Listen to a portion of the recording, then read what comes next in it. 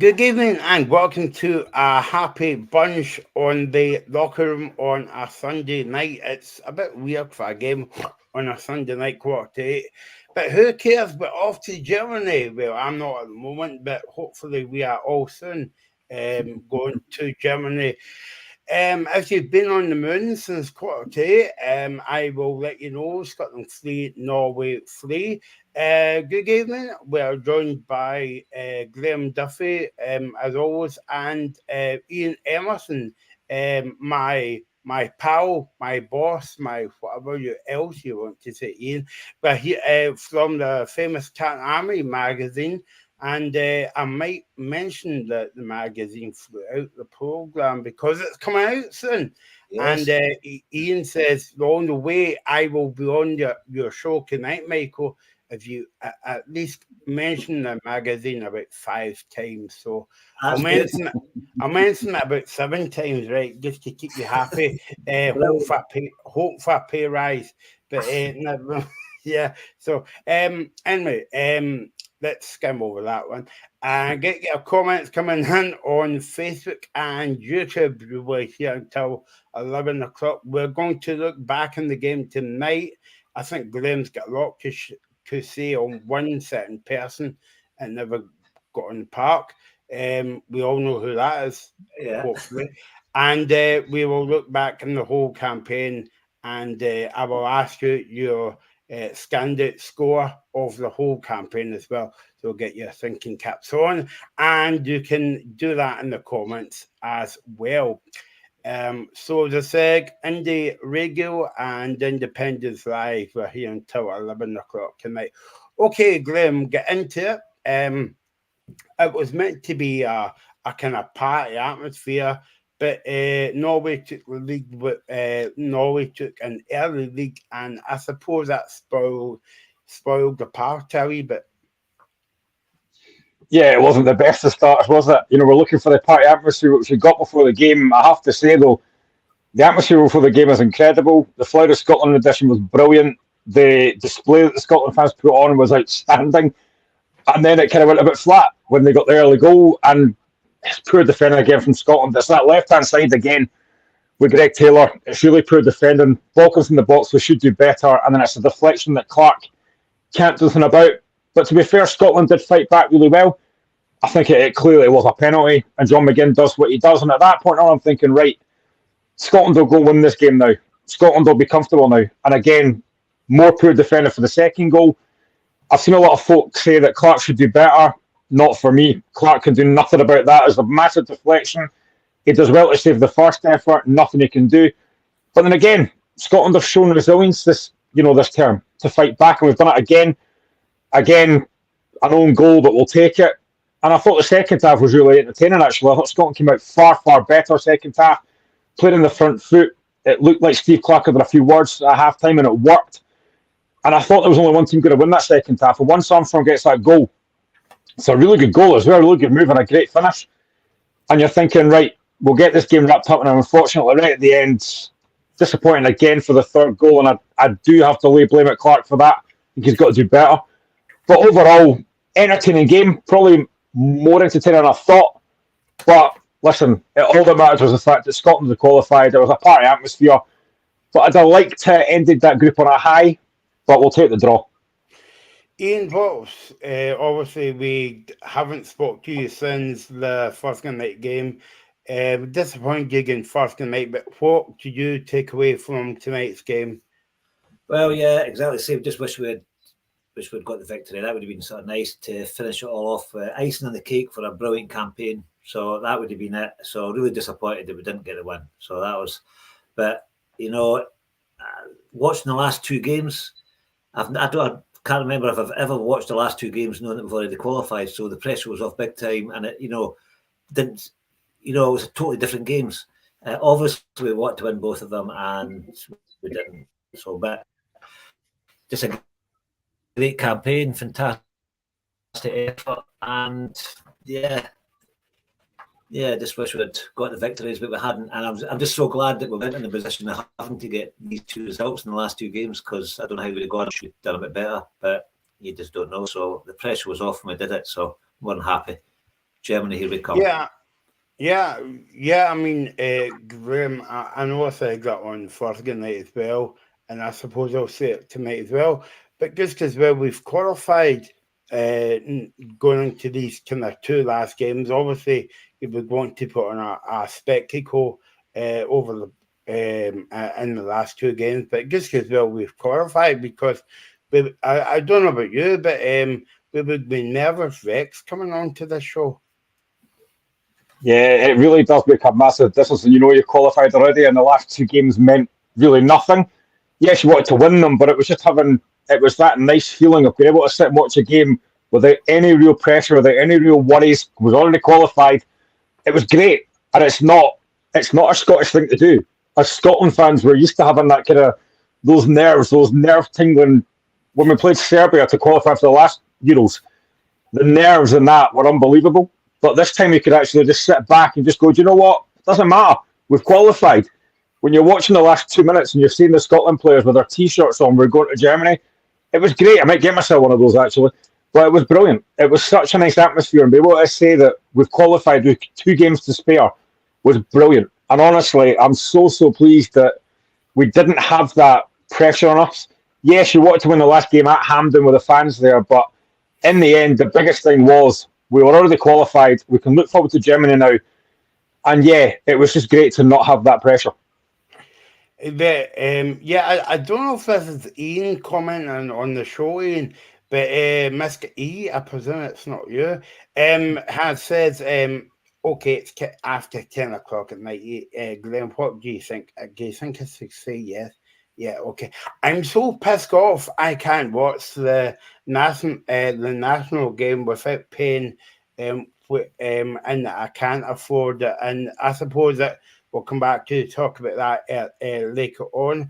Hasper Scumber says, yes, it's okay for BBC to show the second round of the FA Cup. Yeah, oh no, this is a big bugbear of mine as well. They can show the second round of the FA Cup, but not a Scottish international game. I think it gives it away on STV, Scottish TV, but they decide to go down to our pals in England to, it's terrible. Anyway, we might come back to that if we've got a spare 5 hours on the show. What we want, actually. And, so I did mention at the beginning of the show, Glenn, I don't know if you heard me saying this actually, that Ian said to me that if you don't mention about the magazine, I'm not coming on the show.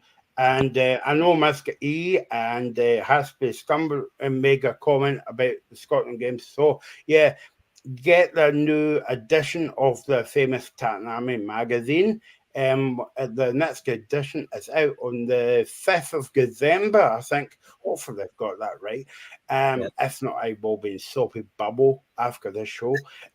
So sign up to it, and where can people get a copy of it, Ian?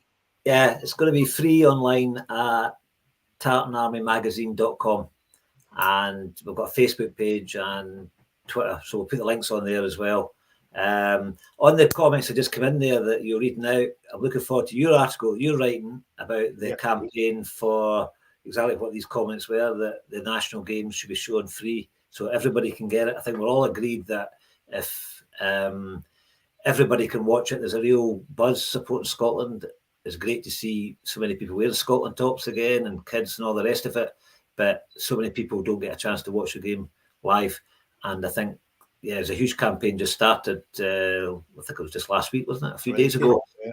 Friday, campaigning that the games come back onto national telly. So I don't know what's all involved in that or all the deals that, Viaplay have it, and I know they're giving it up. How do we get it back on? The England games are on in England, and why are we not getting it? So I think it'd be a massive boost for the nation if we got it all on. So I'm looking forward to your article, to how you sum it all up.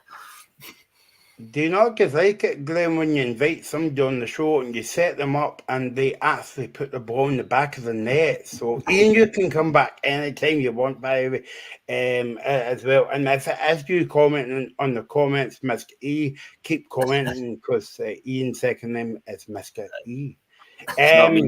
Yeah.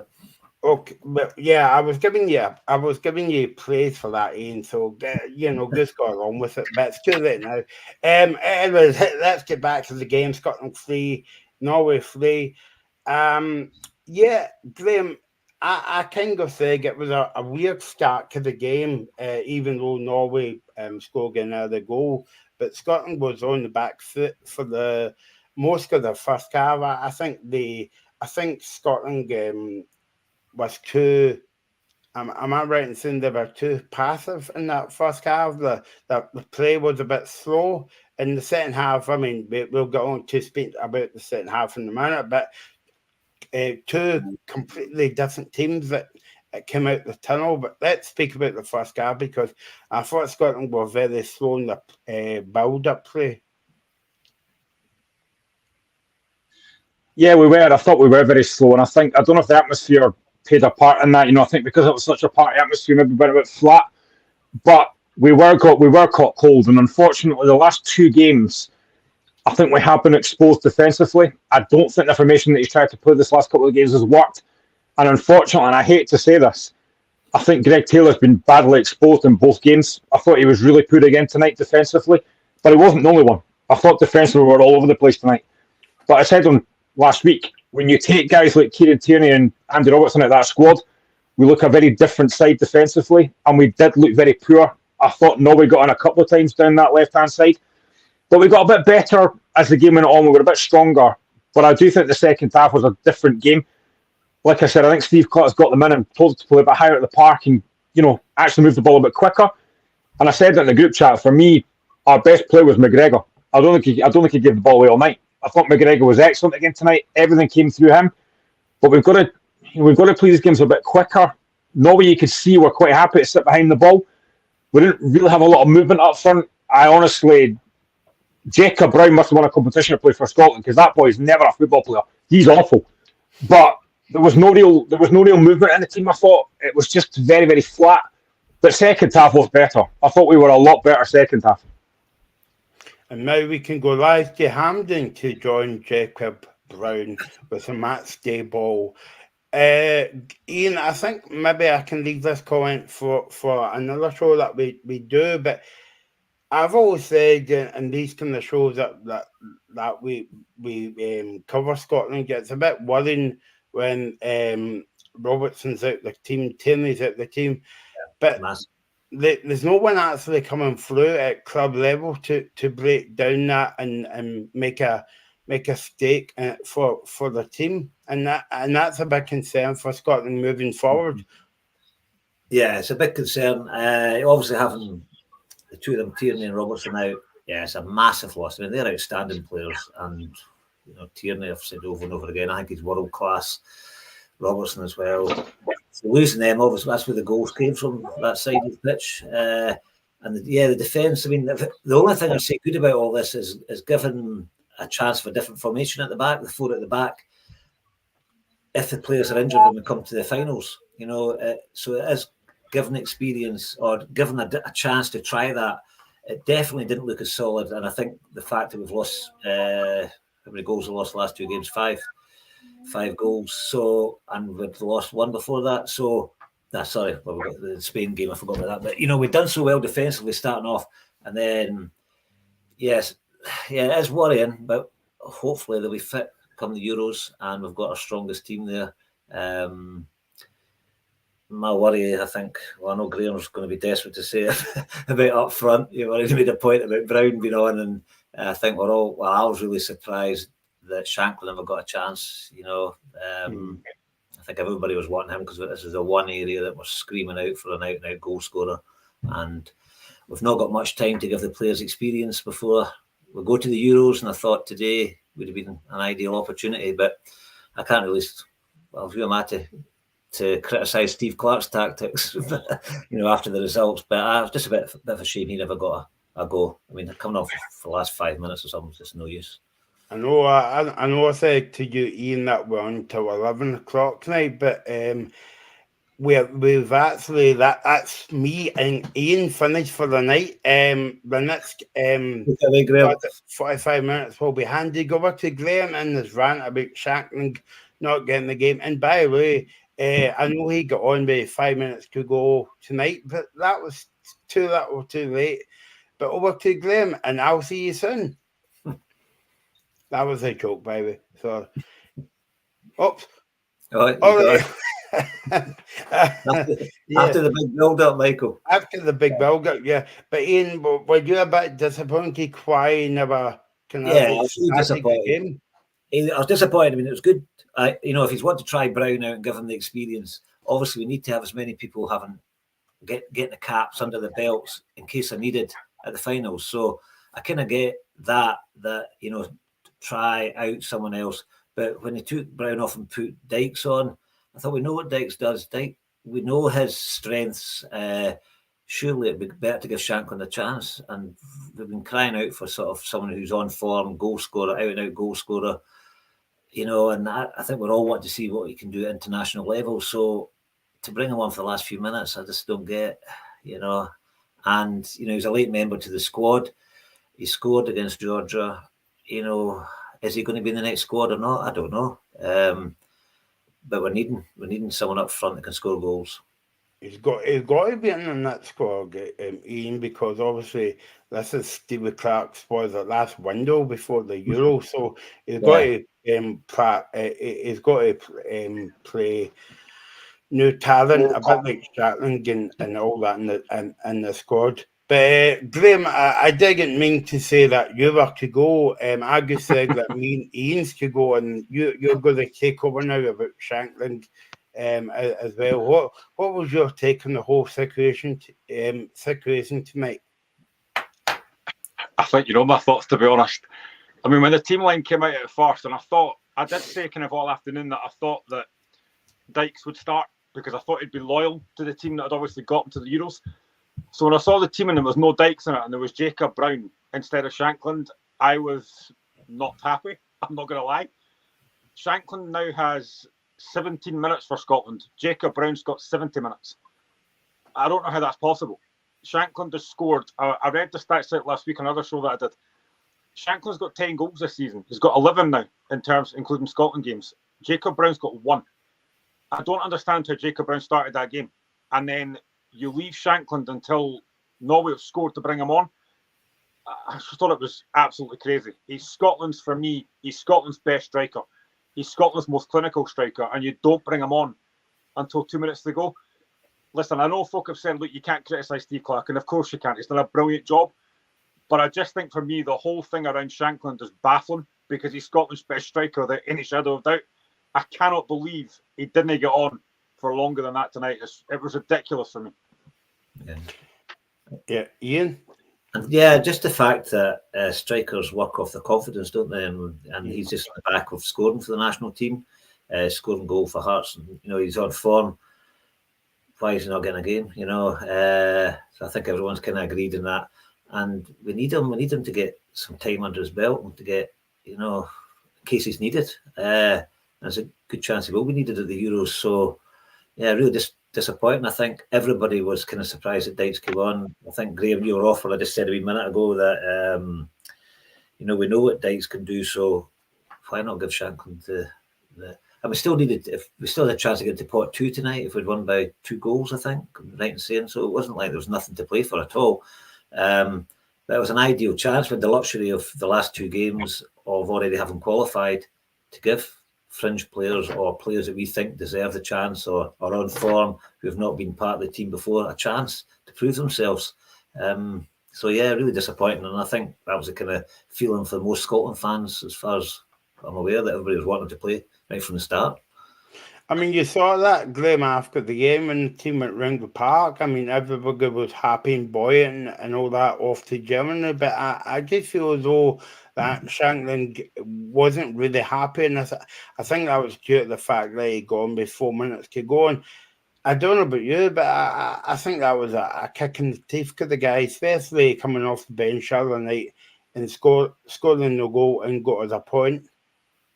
Exactly. I mean, you've scored against Georgia to get Scotland a point. You're flying with confidence. You're scoring goals from heart for Hearts, and then your reward is back on the bench, and you're starting Jacob Brown. I just found it crazy. I know that maybe he wants to try different players out, But what did Jacob Brown do tonight? Nothing. I can't think of a single thing he did tonight, and he got 70 minutes. And you're giving Shankland, 6 minutes? I just think it's ridiculous. He is by far Scotland's best striker. I don't need to tell you the stats for the goals between. Shankland's got more goals than Dykes, Brown, Nisbet, and Adams put together. Yet he doesn't start. I know that people will say, well, you've got guys that can give different options, like Lyndon Dykes, a decent hold-up player. Adams can go in behind. You need a goal scorer. And Shankland's a goal scorer. So why would you not play him? Honestly, I just find it crazy that didn't play. Really, really crazy. And then he gets 6 minutes. What was the point? Honestly, what was the point? Yeah. Can I agree with that? And we're just crying out for an out-and-out goal scorer. It's something that we are missing. And thankfully, we've had McGinn and McTominay and midfielders coming through with goals. Armstrong tonight, we've been spoiled probably with our midfield. That's our strongest area. But it's a worry that I don't know if it's a personality thing. I don't know what it might be, or obviously we don't see training sessions or what's involved in training. But why he's not getting picked? It's for an opportunity. I think I've said this before, and I said it in the group chat earlier. Michael will know this as well because James had put it on. I honestly believe that if Shankland went to Rangers or Celtic, he'd be starting for Scotland. It's because he plays for Hearts. If he was playing for a bigger team, he'd be starting for Scotland, and I've got no doubt about that. Yeah, no, it's back to that. It's back to the argument, Ian. If you don't play for any role from, you don't have a look in Scotland, and that's not really fair. I hope the media in the press conference after the game, that will be the first question, Graham, because we know Scotland qualified for 2 games to go. So what's Stevie Clarke's excuse? Because you would think it would mix up a wee bit. Like I said, I can understand why he's given certain players a chance because they basically got us qualified. So I understand the loyalty position. But as Ian's just said, you know what Dykes can do. We've already seen what Jacob Brown can do, which is very little. And I just think the fact that Shankland's a natural goal scorer. You look at the goal he scored against Georgia. He waits and waits for Armstrong to put that cross in. Then he peels off the back of the defender. It's a great header. That's a natural. You can't teach that. He's a natural goal scorer. Today, we don't have that. And you bring him on with 6 minutes to go. I mean, what is the point in that? You need to. I'm assuming that obviously before we play in these Euros, we'll have friendly games to play. We'll have other games to play. I would like to think he would get a chance in those. And I was listening to other podcasts during the week, and they were talking about like who they would put on the plane for the Euros. Now I know it's a while away yet, but for me, I would be. It might not happen now. I said this, but I would generally be astonished if Shankland's not on that plane because it's the only natural goal scorer we've got for me. Nisbet hasn't done enough for Millwall, I don't think. I know, again, people will say you've got to caveat the fact by saying that these guys are playing at a higher level in a different league, but they're not scoring goals. Shankland does. Now, Graham, I don't want you to take no well on the show, right? Because, I'm not clinging first egg, right? But see if Shankland moved to Rangers in the new year, right? Do you think Stevie Clarke will scat him? And if he does, that's your answer, Graham. I've already said yes. I honestly think if he, and I hope this doesn't happen, and I've said that before as well. Yeah. I hope he doesn't go to Celtic or Rangers, but if he did, there's no doubt he would score loads of goals with the service they get. And there's no doubt for me that if Shankland went to, let's just say, for example, I hope this doesn't happen, but for argument's sake, he goes to Rangers in January and he scores, 10, 15 goals? He'll be starting for Scotland. No doubt about that. But he's doing it for Hearts, so why not start him now? I just think it's because of where he plays. And I might be wrong, but that's the way I feel as a Hearts fan. Looking at that tonight, and obviously I'm in a number of different group chats, and every single person, and even Michael Stewart in commentary says, why is Shankland not coming on? So that just goes to show, stick him on. Why bring him on for 6 minutes? What's the point? Yeah, I agree. I do agree. It's kind of... I mean, I'd like to think that Stevie Clarke would pick anyone who's in form and has proven his ability. And Shankland's done that over and over again as a proven goal scorer. You see him all the time, Graham, when you're watching Hearts, so you'll see him up close kind of thing, how he's doing and everything. But I'd like to think Stevie Clarke wouldn't. pick someone if they're not playing just because they're not playing for the Celtic and Rangers. I'd like to think that's the case. I don't know if there's something about in the training he's not seen something there, or it's his attitude. Maybe there's something that we don't know about. Because I'd like to think that any player who's performing well, you want them to stick at the clubs because you want every club to get stronger. I've always said that, you don't want them to go and get sold, especially in our Scottish team where it's a competition. So you want these players. Sometimes you get players out with Celtic and Rangers who are on-form players and they should just be in the Scotland team. And they should be picked. And he's a current example of that. He should definitely be in the team. Definitely. And, well, we've got, don't know how many games we've got before the finals. I know there's definitely 2 games, I think, friendlies, where they might get the opportunity then. And my big worry is he doesn't make the next squad or something like that, and then he's out of the picture altogether. Well, that's the thing as well. And I think I said this on one of the other group chats as well. If it wasn't for Adams pulling out, he wouldn't even be in the squad for these last 2 games. So he wouldn't have scored against Georgia. And I just find it crazy that you've got a natural goal scorer there who's scoring goals for Hearts. He scored 10 goals this season. And yet he wasn't even in the original squad. I just don't get it. And he probably would even, if Brown scored that opportunity he had before Armstrong scored, if you put that in, then he'd probably be even further down the pecking order behind Brown for the national team kind of thing. So I think it's 23 players that go in the squad to the finals, and I don't know how that breaks down into different positions and all the rest of it. But I think we all want to see him play. We all want to see him in that squad. And I know that Graham, if he gets picked for these kind of like friendlies and if he scores, yeah, that'll be good. But I mean, at the same time, these kind of games don't mean anything because we you know what I mean. You would rather see him in a big qualifying game like tonight or against Spain.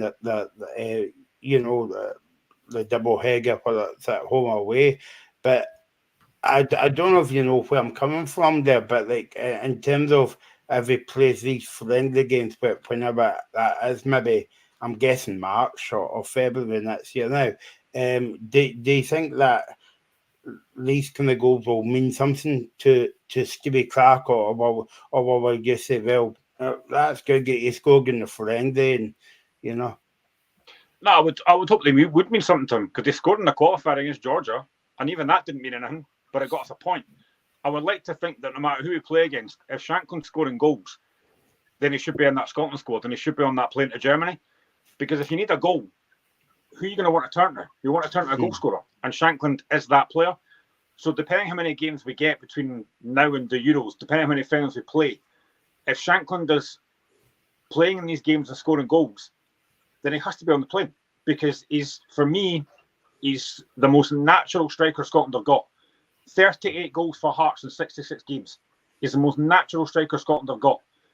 And I've said it before as well, it's not just the goals. Shankland's all-round game has actually improved a lot. He's great hold-up play. He's got great link-up play. He's got great awareness of what's on around him. He's a really, really good footballer as well as being a goal scorer. And I just think Scotland need that. Lyndon Dykes is not a natural finisher for me. Neither is Che Adams. Adams does a lot of running, but he doesn't score a lot of goals. Dykes does a lot of kind of physical stuff, but he doesn't score a lot of goals.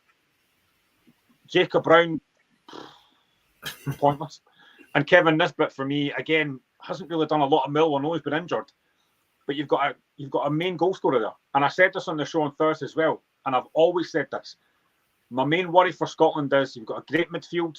I think you've got a decent dearth of centre-backs. You've got a decent dearth of goalkeepers. The one thing we don't have is strikers. We don't have a lot of strikers in that squad. That's a worry.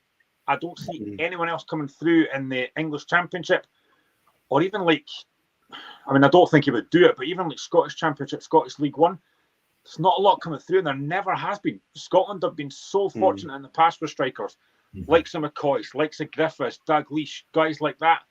We don't have that dearth of strikers now, and that's always been a concern for me. And I think that's a big concern, Ian, because like what I was saying earlier on was, and I take Graham's point there, and it would be interested to know what people think in the comments as well. But there's nobody actually coming through after this kind of squad has been there done it, got the t-shirt. Well, they got the t-shirt tonight. They're off to Germany, but you know what I mean. There's no one like coming through the ranks at youth level itself. You know, and I include Celtic and Rangers in there as well. Yeah, there's no. It's been a while since we've. I think, well, Lee Griffiths, you mentioned Lee Griffiths there. I mean, he's an out-and-out striker. I mean, we can forget his two free kicks. Outstanding. Yeah, so we've been lacking that massively. And luckily, as I said before, the midfield has really helped us out with their goals. McGinn again tonight getting the penalty. He's right up there. And his scoring rate is amazing. McTominay just recently as well. So we've been massively helped out with midfield. But we need I mean, it'll be interesting to see how Clark reacts to that, really, because I think virtually the whole nations want Shankland to get a chance.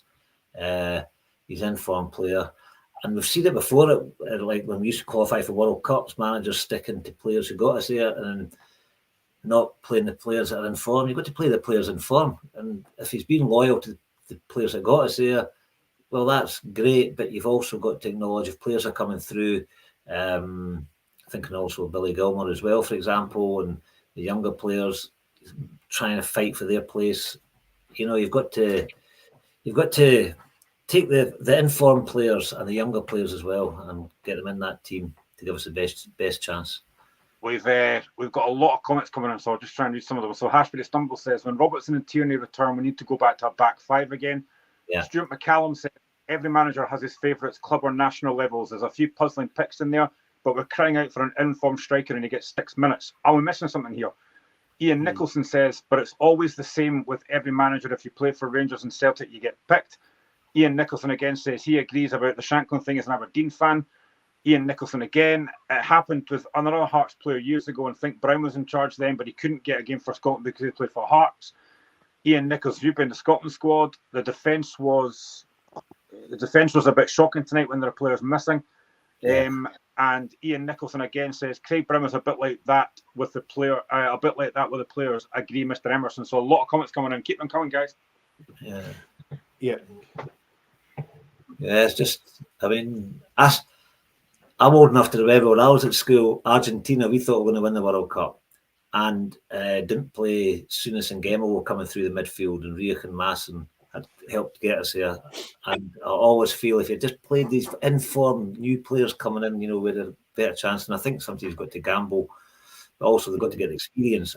And that's why it's a bit of a shame in the last two games, Shankland has not had more experience, no more chance to get that. So that's kind of really disappointing, and it's kind of leaving it a bit late now. You know, we've got a couple of friendlies coming up, and he's going to probably tinker with the squad a wee bit or look at other options if people, Robertson's still out or any injuries, to look at a different formation at the back. But yeah, the back's looking a wee bit ropey, and we're losing a few goals the last two games just with the different formations and players out. So yeah. Do we know what pot we're in? Because Gregor McIntosh says, surprised that Shankland wasn't picked and we finished second in our group. Wonder what pot we're going to end up in. Do we know what pot we're in?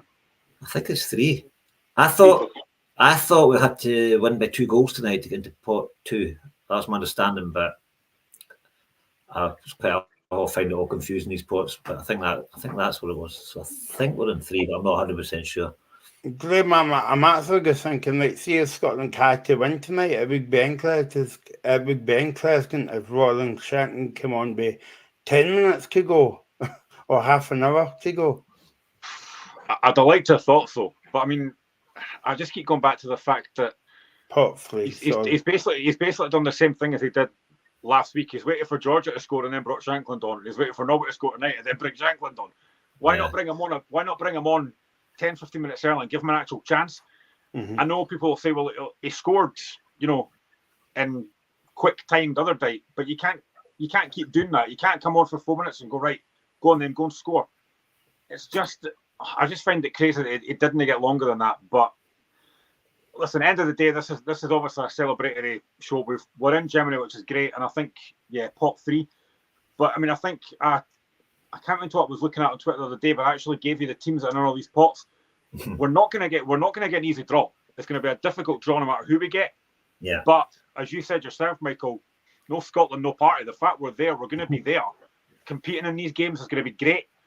But as I said on Thursday, the next step, having qualified, is to try and get out the group. But it's going to be very difficult because those groups look very, very hard.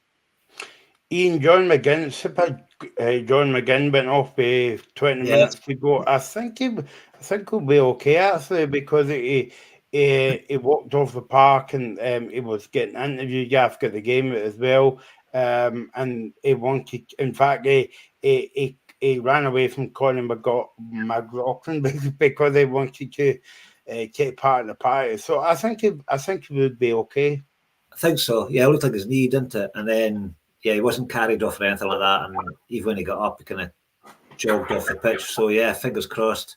He's made his strong stuff and he'll be there. So yeah, I don't think there'll be any concerns about him. Yeah, should be fine. And what do you think of Stuart Armstrong again tonight, Ian? Every time he steps up for Scotland, he always puts in a good shift, and they score tonight. Yeah, it's great to see him score again. So yeah, he's just one of these reliable players. He's an experienced player. Yeah, came on, he got his goal. Brilliant. Good to see him getting a goal again. And yeah, he's been around the squad for a while now. So yeah, it was a good goal. So definitely good for the team. Yeah, no, and I think the way that the game went, Graham spoke about it early on in the show. I think the atmosphere was a bit flat tonight, but that was due to maybe the early goal, but also how the game went. I think so. And you heard Stevie Clark say before that the fans feed off the performance. You can't always just go out there and expect the Tartan Army to be in full voice. A lot of them are probably in a full voice for about 3 hours before kickoff in the pubs, though. So yeah. So but they gave sometimes when the games go like that, and we're already there, it can get a bit of a lull. But they gave a good during the game, second half, a really good rendition of Flower of Scotland right the way through, and that was good. And I know for a fact they'll be in fine voice in Germany, without a doubt. And it's about time these championships had the Tartan Army back to scoop up the fair play awards that we always seem to win. So that'll be good.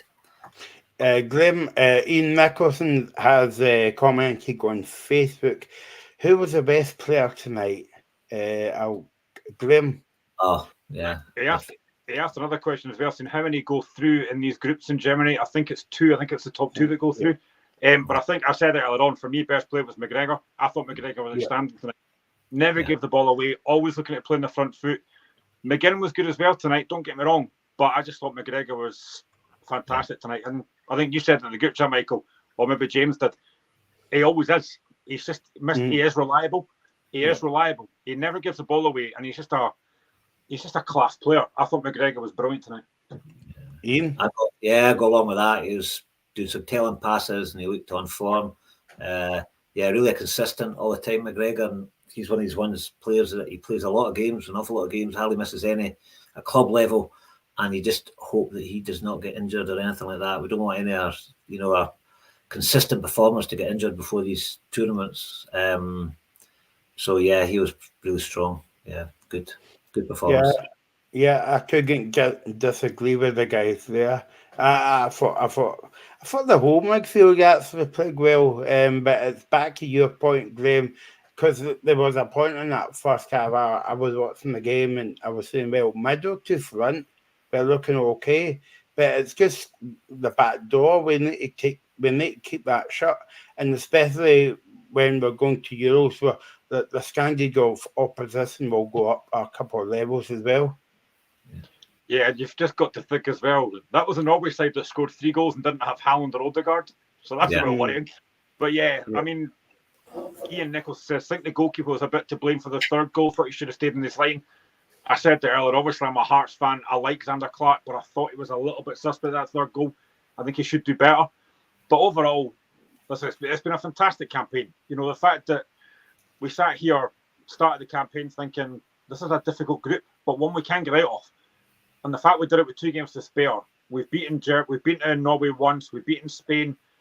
It's been fantastic. 5 games, winning 5 games in a row was outstanding. So it's been a brilliant campaign. It really has been, and it just feels nice to be Scotland fan these days. It feels great. Yeah. And I mean, if you think of these last two games, I think we said earlier on, being able to watch them, knowing that we've qualified, you're watching quite entertaining games. If you're almost like a neutral, just watching the games, they're quite good games to watch, and definitely without all the nerve-wracking business that usually goes with it, with a lot of amount of times we've failed. So it's absolutely brilliant. That's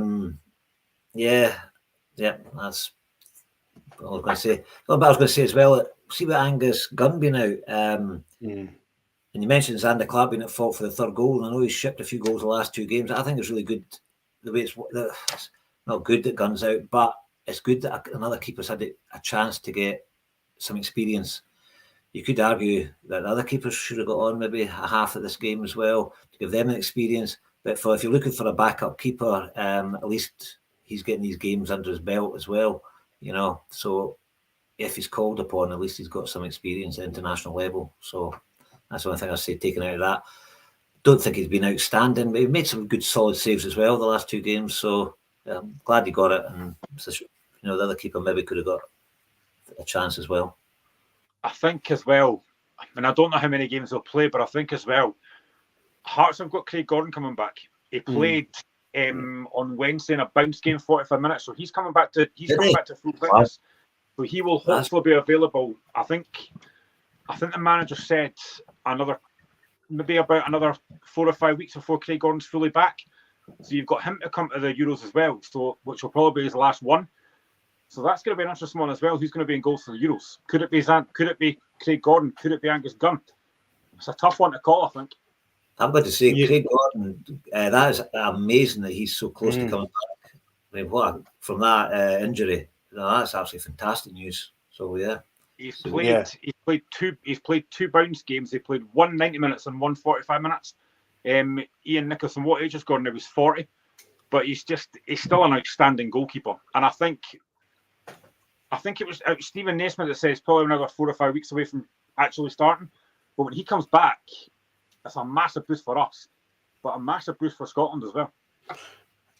I mean, you've got to say that's incredible, Ian, because when I was watching the video that day, I thought, like, as Graham maybe and as fellow Hearts fans was thinking, well, Craig Gordon's career might be over by that injury, but I mean, fair play to Gordon, I mean, I think I saw him a few weeks ago, Graham. I think there was a video put up by Hearts where he's started training again. But if he comes back, that's brilliant, and fair play to the guy, because that's been, if he comes back in December, was it not about that time that he got injured? Was it the game on Christmas Eve?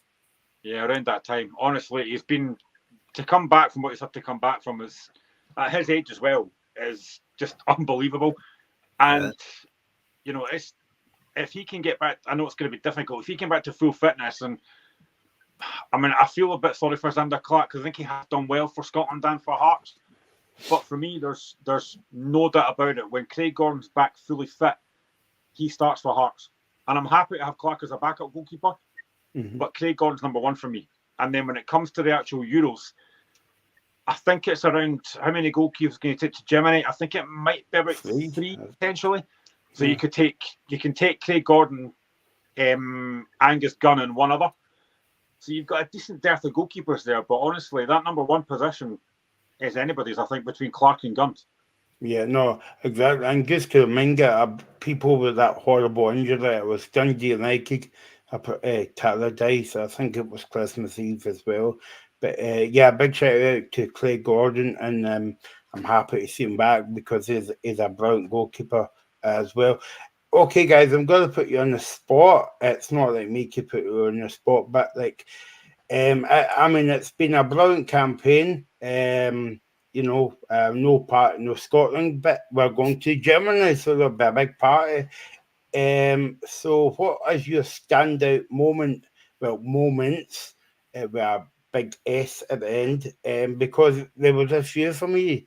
I know that you were talking about the Spain game on Thursday night, Graham, but Ian, what's your kind of standout moments? I will allow you to, because I'm a nice person. Yeah, well, obviously the Spain game was outstanding. That's up there, one of our great results. But I think the away game, Norway, was so important because that basically got us there. I think that was an outstanding result, and it allowed for these last two games to, not be needed and to score. And the excitement of scoring. I mean, we're very rarely on the getting good luck. We're always on the receiving end of bad luck or just so near and all the rest of it. And that it seems to be with changing that performance, and these two goals at the end were absolutely outstanding in such a short period of time, and only to lose the goal was a penalty that we lost in that game by Haaland. So that to me was outstanding, and I think that was the bit that just got us virtually over the line and gave us a bit of leeway for the rest of the campaign. But all of it, I mean, the first 5 games winning all them was just, I think it's never been done before, so it was all new to us. It was amazing.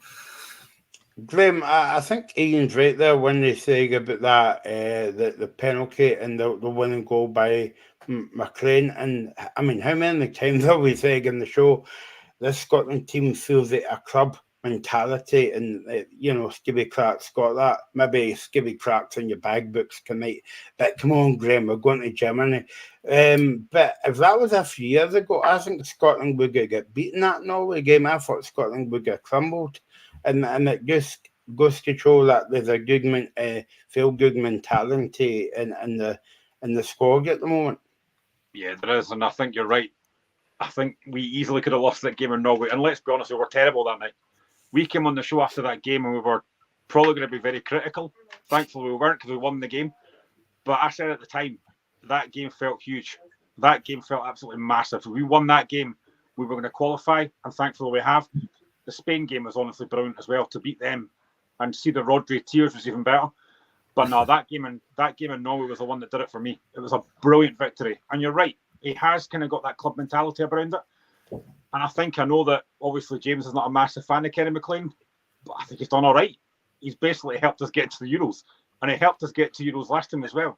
So he's been a massive player for Scotland. Maybe wasn't great tonight, but I think that Norway game for me was so vital, and that's the one that got us there. No, there's no doubt for me. That's the game that got us there. And then even going to Cyprus, how many times in the past have we gone to these kind of places, these kind of these lower league teams, and struggled a bit, and we were comfortable. Yeah. We were so comfortable, and that is very unlike Scotland. I know. So it's almost like we did it when we needed to, and we very nearly, the last time I think I was on the show, we're all cracking up about McTominay's disallowed goal against Spain, but we played so well against Spain away from home as well. Kind of felt cheated that night. So when it really mattered, we did it, and when we had our strongest team at the start and all the rest of it, we looked really good. And even if we go back to the last competition when we qualified, and it was during COVID, and I think talk about the club mentality, when we saw the SFA videos of them all partying and Yes Sir I Can Boogie and the tunes were all on, it does look like a club atmosphere amongst the players, and they all look really willing. And we've seen in the past people getting injured or not wanting to come in the squad because things are not being great. It looks totally the opposite now, and it also looks, if you think about it, that some players like Kieran Tierney said, it's down to playing for Scotland that's helped his club career and his move that he got. That playing for Scotland is a good thing, and we're reaching new levels, and it's great. And there's a real unity, I think, between the fans and the team, and it's not always been that. A lot of people have been disgruntled with the SFA and different things like that, but it does seem that we're all moving in the one direction here, going to Germany. Do you not feel as though it's extra special, even because obviously we qualified for the Euros, and and that it was really disappointing in that campaign. I'm thinking about the 2 games that we had at home. I think the best game we had was England, and all we could do was just a point. But all the English media would put it down to, England really had a bad night at the office and not giving Scotland again the place. But do you feel as though it's extra special this time because there's more fans getting allowed into games? Yeah, and the finals is going to have, they're all going to be packed stadiums as well, where the last time it wasn't. So, yeah, I think, well, Scotland played brilliant that day, night down in Wembley, the best 0-0 victory. I think I got a bit overboard at the end of it. I was so good. That was a great performance. But if you look at the Gulf, the last time we played England in the friendly there, there's quite a distance between us. Unfortunately, hopefully, if we get them in the finals, that won't be the case. But I don't think we should take anything away from that performance down there, the 0-0. So yeah, it's all looking good. I think the squad's come on great, and Stevie Clark, yeah, fantastic. He's done amazing. Graham, have we got more comments coming in? I see we're busy tonight, so that's good. Yeah, we've got a few. Ian Nicholson, do you think VAR has helped Scotland to get there now? Remember the early qualifying games when VAR was used? Kate McLean just says Scotland with a bunch of Scotland flags. Hashbury stumble, yes sir, we can boogie. Ian again, I've always said this before VAR, how many times did the ref wave play on before the VAR was there? And our friend Aslino says, hello gents, just got back home, irritated by the failure to win 3-2. Yeah, it would have been nice it would have been definitely, we wanted to win tonight, that is disappointing. But hopefully we'll have a different, defence come the finals. And, I don't think it really takes the shine off what a fantastic campaign it's been, and it's, we're playing, when you hear Norway haven't qualified for so long now, I think it's 20-something years, 26 years or something like that. We were in that position not long ago. So they're in the position, we've moved up that bit. Now we've got the players getting the confidence of going to another final and the experience again, and that just hopefully gets us back in that. We just need to get to the World Cup again now, but we're heading in the right direction. For so many years we're in the kind of almost like the wilderness, so yeah. Yeah, I mean, Graham, I don't know. I can't remember what you were saying about the contributor about the VR. I think it was Ian Nicholson, and am I right in thinking? I know it was ages ago in the game, but Stuart Armstrong goal, did that not go to VR? And to be honest, that took the goodness out that goal for me, because it was a brilliant goal, but I had to wait about 6 seconds or maybe more to see if it was a perfectly good goal. Yeah, I don't know what they were checking there. I don't know whether they thought Jacob Brown might have been offside. I don't know what they were doing checking that, but I'm glad it was given, because it was a really good goal, really well made, really well finished. And I think Armstrong has been probably on the periphery for Scotland, but again, that midfield is so strong. He's taken his chance tonight. He's got his goal. He probably won't start in Germany, I'd imagine, unless there's a massive upturn in form from him. But yeah, I'm glad that VAR didn't get involved in that, because for me, I couldn't see anything wrong with it. Yeah, and the last two games, VAR didn't interrupt the games. That's why they're a bit more enjoyable.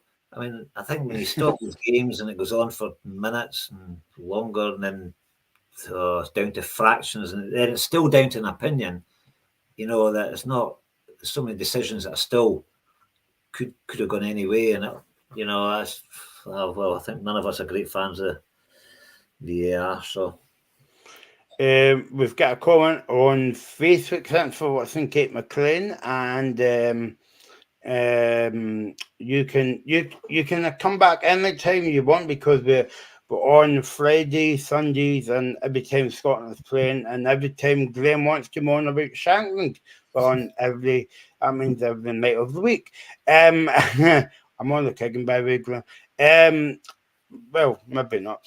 Kate says Scotland should be proud of themselves, a great bunch of athletes. I well said, I couldn't put it bigger myself.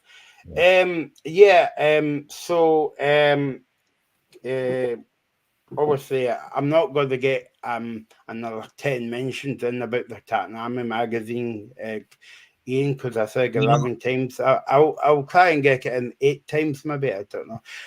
But the famous Tatnami magazine will be out on the 5th of December. I've got to say that because Ian Emerson is the editor of the magazine. So get that from. You can download it from the website, and I think you can get it from Facebook and Twitter as well, or X. as my girlfriend said to me last night. You can get it from there. Gregor, our usual contributor from Dundee, says, can't wait for the draw. So, yeah, I can't wait for the draw either. I only got to wait about, 2 weeks now to the big draw. Second, isn't it? Yeah. Hasper Scumber has got down to 13 days to go, but I've got it down as 13 days, 45 minutes and 5 seconds. So there you go. So it's going to be coming soon. And Ian Nicholson is watching on the Google Facebook, or as I call it sometimes, book face. So what Scotland team do you support then, guys? Well, is that time already? Oh, sorry, but at the end of the show, guys, if you want to hear my answer, well, come back next Pancake Tuesday, and I'll tell you that one. I think Graham's mentioned Gordon Shankland a few times, so you could tell that Graham's a big Hibs fan by his answer. But no, thanks for your comment. And if you want to answer Ian or Graham, you're welcome to. But well, what I will say, when you're watching Scotland, what I really like about it all is that we try and keep the club stuff out of it, and that's what unites us all at the Scotland games. And not all countries do that. So yeah, it's pretty good that way. Less arguments. You're definitely coming back on the show, Ian. You're having a man of a match for me tonight, Ian, by a long shot as well. Graham, so I mean, just a few minutes left on the show before we wrap up tonight. It's been a very positive campaign. I can't remember when the last time we said that, you know, Scotland's qualified by 2 games to go, albeit I was a bit disappointing tonight, the game and first night. But hey, we're going to Germany. Yeah, it's been a great campaign. Since the start of the campaign, it's been unbelievable. Like I said, 5 wins out of 5, qualifying very comfortably. And it just meant that these last 2 games, like Ian said already, it just made it very comfortable. We didn't have to worry about tonight or the game on Thursday against Georgia. So it's been fantastic. And yeah, really, really pleased. It's been a fantastic, fantastic campaign. Disappointed we couldn't quite get that win tonight or on Thursday, but in the end, it hasn't really made a difference. So yeah, buzzing for the Euros and that draw on the 2nd of December, I think it is, which is Saturday. So yeah, can't wait to see who we're going to get. But like I said, it's going to be difficult whoever we get, because those draws are going to be very tough. They're going to be tough, but it's the positive. All the fans are saying this could be the first time we ever get out of the group section. So that's the positivity that's going about at the moment, that people are saying we could potentially get out of the group this time. So as usual, Tartan Army overconfident, not always dreaming of the next stage. We've qualified now, so let's get out of the group. But you know, I wouldn't be surprised if Stevie Clark masterminds that.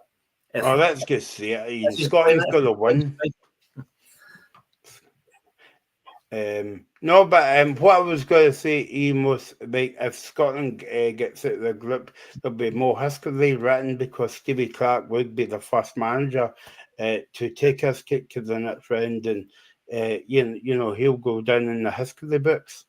He will, and if you think of some of the squads and some of the players we've had in the past, and we've never managed to do that, that would be absolutely amazing. So fingers crossed he can be the man that does it. And yeah. Shankland scores that winning goal. Graham's happy, and we're all happy. We're all through to the next round. And I think what we could say tonight, guys, in this case finish the show, is we need to do well, and we should dedicate the Euro to Craig Brown, because he was some manager, and some managers to Scotland as well. That's all, folks, for this campaign, but not for me and Graham, because we'll be back on Friday for the Euro Locker Room. Thanks to Ian Emerson for joining us, editor of the Tatanama magazine. I'm going to get it in again, by the way. It's out on the 5th of December. You can get it from the website or YouTube, Facebook, and Twitter, known as my X. So thanks for all your contributions tonight, and we'll see you on Friday for the locker room. Thank you.